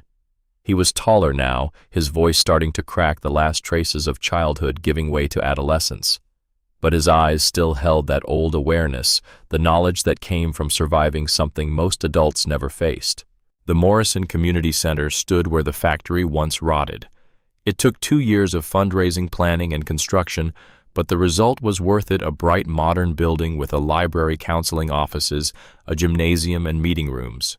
On opening day, Tyler stood with Emma, Lucas, Sophie, Noah, and Mia in front of the dedication plaque.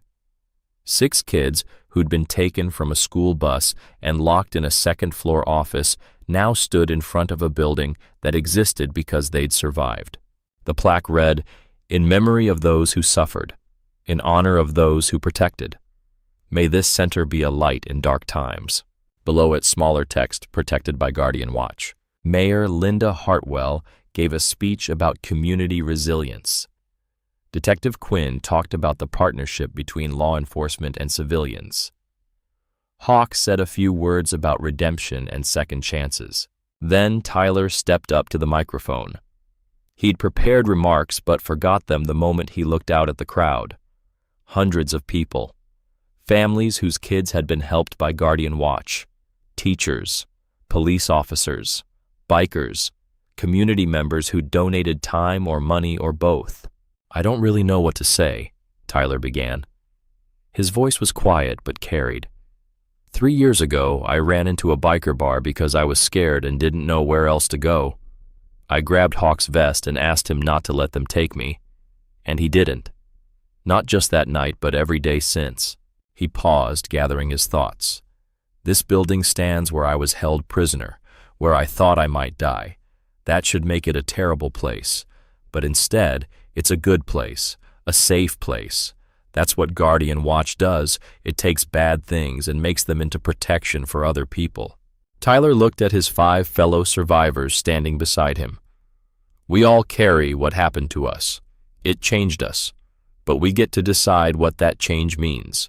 We can let it break us, or we can use it to build something better. He gestured to the building behind him. This is us choosing better for everyone who comes after. The crowd applauded. Tyler stepped back and Emma stepped forward. She was 14 now, poised and articulate president of her school's debate team. When I was 9, I thought adults couldn't be trusted, Emma said. The men who took us looked professional official. They seemed like they should be believed. But then I learned that trust isn't about appearances. It's about actions. Hawk and the Iron Riders looked scary, but they acted with kindness. That's the lesson: judge people by what they do, not how they look. Lucas spoke next, talking about the importance of physical readiness and self-defense. Sophie read a poem she'd written about transformation. Noah played a song on guitar, his voice strong and clear. Mia, the youngest and quietest, simply said, "Thank you for making the world safer for kids like me." The ceremony ended with the unveiling of the Guardian Watch Memorial Wall, 40 names of Iron Riders who'd committed to the program, 6 names of the Millbrook survivors, and 1 name at the bottom that made Tyler's breath catch: Lily Donovan, Hawk's sister, the girl whose disappearance had haunted him for 20 years. The reason he dedicated his life to making sure no other child suffered what she had. Tyler looked at Hawk standing to the side with his arms crossed, trying not to show emotion and failing completely. After the ceremony, Tyler found him. The memorial wall, Lily's name. That was a good thing to do. Hawk's voice was rough. She should be here. She should have gotten to grow up, go to college, have a life. Instead, she's a name on a wall. She's more than that. She's the reason this exists. Every kid Guardian Watch saves, that's her legacy too. Hawk looked at Tyler for a long moment. When did you get so wise? Around the time I picked a lock with a bent nail and ran 2 miles barefoot to a biker bar. Hawk laughed despite himself. Fair point. The Morrison Center's first year was busy. The counseling offices provided free therapy to kids and families dealing with trauma. The library became a quiet haven for students needing a safe space to study. The gym hosted Lucas's self-defense classes 3 times a week, and Guardian Watch continued to grow. They now had safe haven signs at 12 locations across Millbrook, Throttle's Bar, the community center, 3 churches, 2 schools, 4 businesses, and the police station. Nightly patrols covered every neighborhood. Bikers worked in shifts, riding predetermined routes, keeping watch. The training program Tyler had envisioned launched with 40 kids in the first session. They learned basic safety, how to recognize suspicious behavior, how to get help quickly, how to escape common restraints, how to fight if absolutely necessary. James Morrison, drawing on his Marine training, developed the curriculum. Lucas and 3 other martial arts instructors handled the physical components. Detective Quinn taught a session on when and how to interact with police. Even Snake contributed, showing kids how to use technology safely and how predators used it dangerously. Tyler participated as both student and teacher, learning alongside younger kids while also sharing his experience. It was strange being looked up to, but he tried to use it well. One afternoon, a 9-year-old girl named Riley asked him, "Were you scared when you escaped?" Tyler considered lying, softening the truth, but these kids deserved honesty. Terrified. Every step I thought they'd catch me. I thought I'd get shot or dragged back or lost in the dark. I almost stopped running a dozen times because I was so scared. Then how did you keep going? Because being scared but moving is better than being scared and frozen. Fear's okay. Fear keeps you alert. But you can't let it paralyze you. You feel it, acknowledge it, then do what needs doing anyway. Riley nodded slowly. What if I'm not brave like you? I'm not brave. I'm just stubborn and lucky, and I had a dad who taught me to trust my instincts. You don't need to be brave.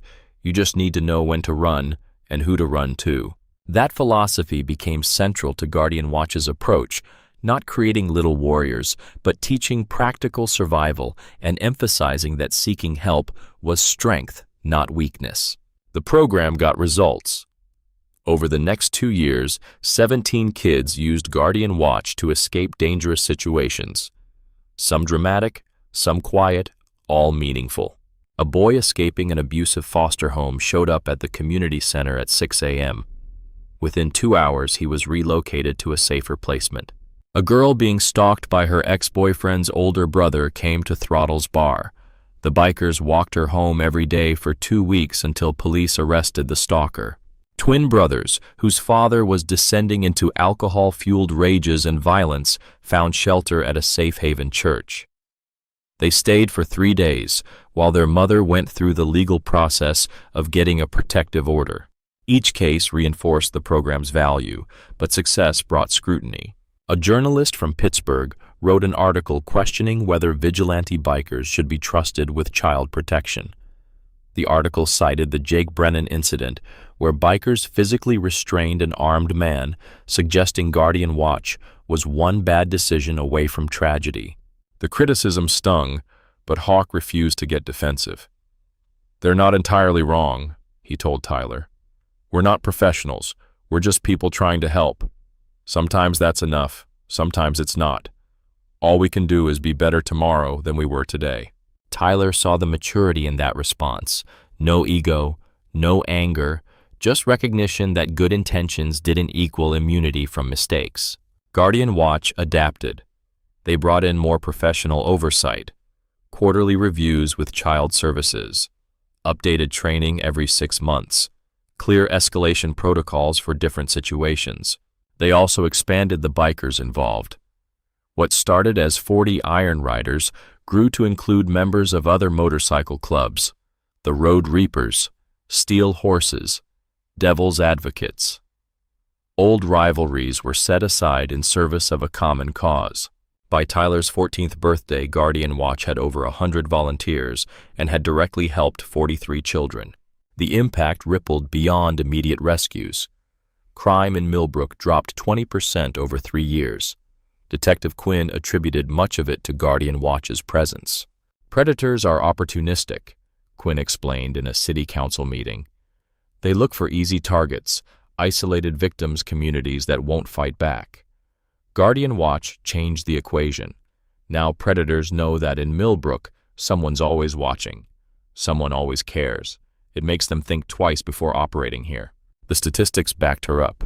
Registered sex offenders moved out of Millbrook at 3 times the rate they moved in. Drug dealers avoided areas with active Guardian Watch patrols. Even petty crime decreased because the visibility of bikers created a sense of collective watchfulness. But the program's greatest impact wasn't measurable in statistics. It was in the shift of community consciousness. Millbrook went from a place where people locked their doors and minded their own business to a place where neighbors looked out for each other, where adults felt responsible for all children, not just their own. Tyler saw it everywhere. Shopkeepers who kept safe haven signs in their windows and actually paid attention to scared kids who came in. Teachers who took Guardian Watch training to better recognize and respond to signs of abuse. Parents who taught their children that asking for help was brave. The culture changed, became more protective, more connected. And at the center of it all was Throttle's Bar. The place that had once been a rough biker hangout was now a community hub. Kids came by after school to do homework at the tables. Parents dropped off donations of clothes and supplies for families in crisis. The walls were covered with photos, Guardian Watch rescues, training sessions, community events. And always prominently displayed above the bar, Tyler's original drawing. 40 bikers standing like giants protecting 6 small children. Hawk never took it down. It served as a reminder of where they'd started and why they continued. Tyler visited the bar at least once a week, usually after school. At 14, he was old enough to help with small tasks, sorting donations, updating the website, answering phones. He always drank orange juice. It had become tradition. Snake kept a case behind the bar specifically for Tyler. One Thursday afternoon, Tyler was sitting at the bar working on homework when a woman walked in. Mid-40s, professional clothes, carrying a briefcase. She looked completely out of place. Hawk approached her. "Can I help you? I'm looking for Tyler Morrison." Tyler looked up from his algebra. "That's me." The woman smiled. It was warm, genuine. "My name is Sandra Reeves. I'm Emma's mother. My daughter talks about you constantly. You're her hero." Tyler flushed. "I'm not anyone's hero. I just did what I had to." That's exactly what heroes say. Sandra sat down beside him. Emma wanted me to give you something. She opened her briefcase and pulled out a thick folder. Emma's applying to boarding schools for next year.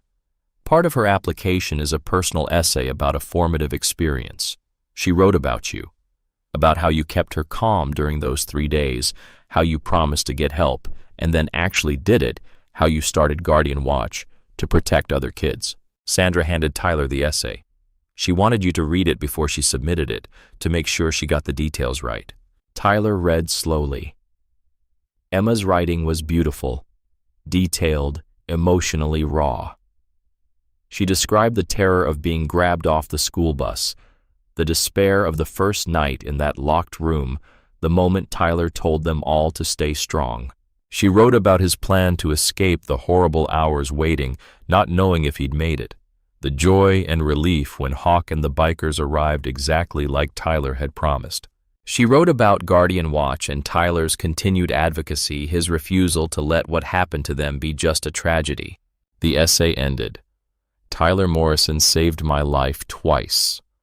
Once when he escaped to get help, and again when he showed me that survival isn't the end of the story. It's the beginning. He taught me that we get to choose what our pain means. I choose to let it fuel purpose, just like he does. Tyler set down the pages, blinking back tears. This is wow. She means every word, Sandra said. Tyler, I never got to thank you properly. My daughter came home because of you. I get to watch her grow up, go to college, live her life. That's a gift I can never repay. You don't need to repay anything. I'm just glad she's okay. She's more than okay. She's thriving, and a lot of that is because of your example. After Sandra left, Hawk sat down next to Tyler. You all right? Yeah, I never think about myself as someone people look up to. Better get used to it. You're kind of a legend around here. Tyler groaned. I don't want to be a legend. I just want to help. Sometimes those things are the same. Tyler thought about that while finishing his homework. Around him, the bar slowly filled with the usual evening crowd. Bikers coming off work, neighbors stopping by to check in, a couple of high school kids doing community service hours by organizing donations. This place, this community, this strange family of leather-clad protectors and rescued kids and families, bonded by shared trauma and recovery. Tyler belonged here in a way he'd never belonged anywhere else. When he went home that night, he found his father in the study as usual. Dad, can I ask you something?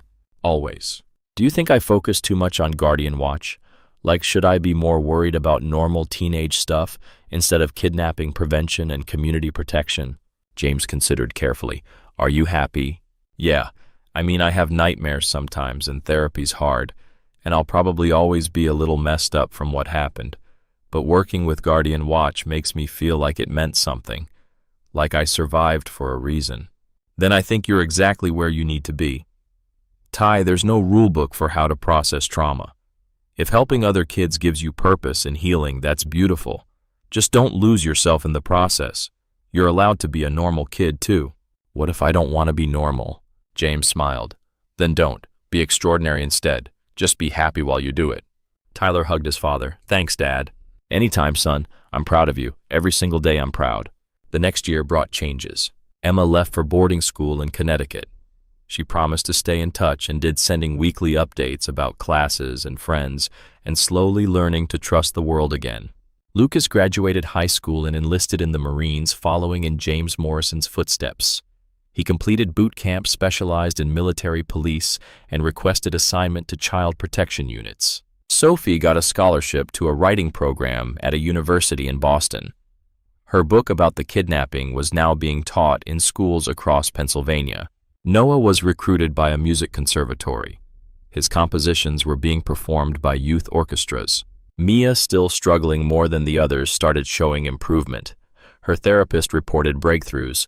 She was sleeping better, smiling more, starting to believe she was safe.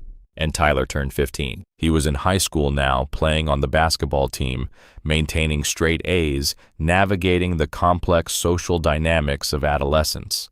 But he never stopped working with Guardian Watch. One Friday night in April, Tyler was at Throttle's bar helping organize supplies when the door burst open and a girl ran in. Stella, the 12-year-old who'd escaped her abusive uncle 3 years ago. Except she wasn't 12 anymore. She was 15, Tyler's age, and the fear in her eyes was all too familiar. "Tyler," she gasped. "They found him." "Found who?" "My uncle. He got out of prison. Early release. He showed up at my foster home. He said he's coming back for me." Tyler's blood went cold. He grabbed his phone, called Hawk first, then Detective Quinn. Within 20 minutes, Stella's foster home was under police protection. Her uncle was picked up at a motel 6 blocks away, violating parole conditions by contacting a victim. Back to prison, this time with additional charges. Stella sat at Throttle's bar, shaking, wrapped in a blanket someone had provided. Tyler sat next to her, not saying anything, just being present. "I thought I was done being scared of him," Stella said quietly. "You're never done. The fear changes, but it doesn't disappear. You just learn to live with it." "Does it get easier?" Tyler thought about his nightmares, his therapy sessions, the moments when Derek Walsh's face still appeared in his mind. "Yeah, slowly. And you have people now. You're not alone." Stella looked around the bar at the bikers, the safe haven sign, the photos on the wall. "This place is weird." "Best kind of weird." She almost smiled. "Thanks for being here. Always. That's what Guardian Watch means." That summer, Tyler started thinking about his future. College was still 3 years away, but already looming. What did he want to do? Who did he want to be? The obvious answer was something in law enforcement or social work, following in Detective Quinn's footsteps, or becoming a therapist like Dr. Morrison, or joining the military like Lucas. But Tyler wasn't sure any of those fit exactly. He talked it over with Hawk one evening while helping clean up the bar after a community event. "I want to help people," Tyler said, "but I don't know if I want to do it through official channels. Police and therapists and social workers are important, but they're limited by rules and funding and bureaucracy. Guardian Watch works because we're not bound by that stuff." "So you're thinking about running a community protection program long term?" "Maybe. Is that crazy?" Hawk laughed. "Kid, 3 years ago, you ran into my bar barefoot and bleeding and convinced 40 bikers to become child protectors. Nothing you suggest sounds crazy anymore." "I'm serious. What if I made this my career, expanding Guardian Watch, helping other cities set up similar programs, training people in community-based protection?" "That's a big vision." "I know, but someone has to do it. Why not me?" Hawk studied Tyler, 15 years old, already thinking like a community organizer and activist, the kid who'd survived hell and decided to use it to build something lasting. "If anyone can pull it off, it's you," Hawk said. "But don't rush into decisions. You've got time to figure it out." "Do I, though? Every day we don't expand, there are kids in other cities who don't have safe havens, kids who need help and don't know where to find it." "You can't save everyone, Ty." "I know, but I can save more than 0. That's enough to try." Tyler's passion was contagious. Over the next year, Guardian Watch began franchising their model. First, the neighboring town of Riverside reached out. They'd heard about Guardian Watch's success and wanted to implement something similar. Tyler and Hawk traveled there to consult, bringing Detective Quinn and Janet Pierce from Child Services. Within 6 months, Riverside had its own Guardian Watch program with 3 safe haven locations and 20 trained volunteers. Then came Cedar Falls, then Brookstone, then Mapleton. By Tyler's 16th birthday, Guardian Watch existed in 7 Pennsylvania towns and was in planning stages for 3 more. Tyler became the program's spokesperson, traveling to give talks at schools, police departments, and community organizations. He was featured in newspapers and on local television. People started recognizing him on the street. It was overwhelming, but it was also exactly what he wanted to be doing. Detective Quinn watched Tyler's evolution with a mixture of pride and concern. "You're taking on a lot for a kid your age," she told him during one of their regular check-ins. "I'm not really a kid anymore." "You're 16, Tyler. That's still a kid in my book." "I stopped being a kid the day I was locked in that room. I don't get to go back to childhood, but I can use what happened to protect other people's childhoods. That's worth growing up faster." Quinn couldn't argue with that. She'd seen too many kids who never recovered from trauma, who let it poison their whole lives. Tyler had somehow metabolized his pain into purpose. "Just promise me you'll take care of yourself too," Quinn said. "All the good you're doing won't matter if you burn out or break down." "I promise." He meant it. Tyler was in therapy, weekly maintained his grades, played basketball, had friends. He dated a girl named Ashley for 4 months before they mutually agreed they were better as friends. He went to prom and graduation parties and did normal teenage things. But Guardian Watch was always there, a constant thread through everything. In his junior year, Tyler wrote a college application essay about survival and service. He applied to schools with strong criminal justice and social work programs. Penn State University of Pittsburgh Temple. He was accepted to all 3, offered scholarships. His guidance counselor called him an exceptionally compelling candidate with a unique perspective on community service. Tyler chose Penn State, drawn by their robust criminology program and proximity to Millbrook. He could continue working with Guardian Watch on weekends. The summer before college, Tyler organized Guardian Watch's biggest event yet, a statewide conference bringing together all the Pennsylvania programs, plus interested parties from Ohio and West Virginia. 300 people attended.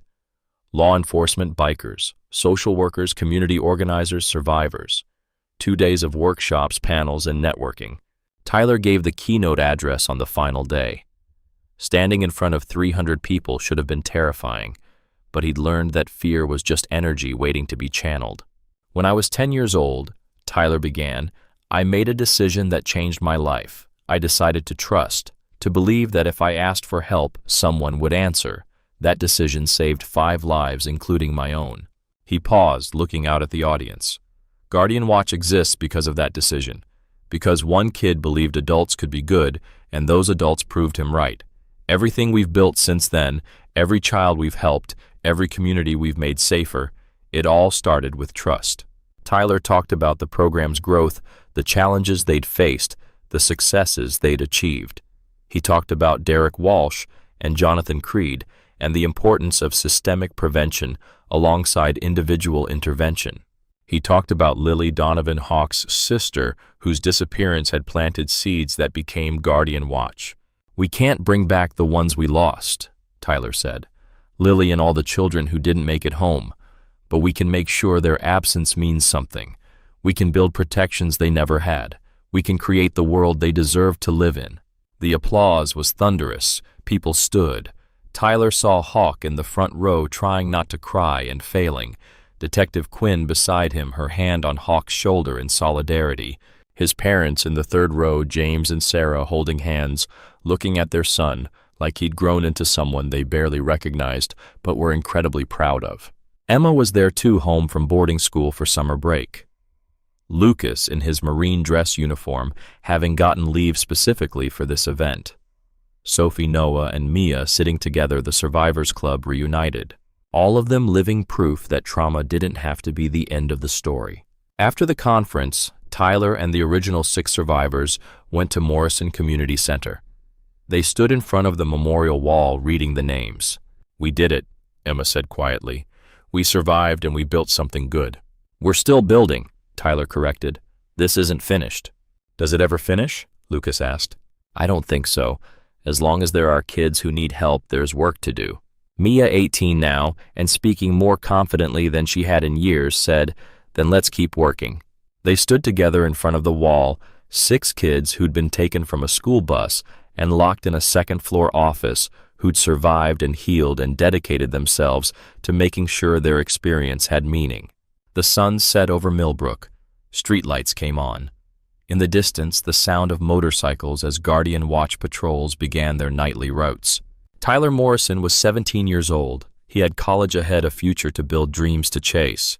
But tonight he was exactly where he needed to be, standing with his friends in a building that represented transformation, surrounded by a community that had saved him and allowed him to save others. He thought about the scared 10-year-old who'd picked a lock with a bent nail and run barefoot through dark streets praying someone would help. That kid had been so afraid, but he'd been brave enough to ask, and 40 bikers had been good enough to answer. Everything else, all the healing and growth and purpose had flowed from that single moment of trust. Tyler pulled out his phone and texted Hawk, "Thank you for catching me that night." The response came immediately. "Thank you for running to us. You gave us all a reason to be better." Tyler smiled. Around him, his friends were laughing about something the sound light and free. Above them, Lily Donovan's name on the memorial wall gleamed in the last light of sunset. The world was still dangerous. Kids were still at risk. Evil still existed. But so did Guardian Watch. So did community. So did people who gave a damn. Tyler Morrison had learned that night 7 years ago that sometimes the scariest-looking people were the safest. That trust required courage, that asking for help was the bravest thing you could do. He'd also learned that survival was just the beginning. The real work, the real heroism was in what came after. Building something lasting. Creating protections for those who'd come later. Using your pain to prevent someone else's. That work would never be finished, but it would always be worth doing. Tyler and his friends left the community center as the stars came out.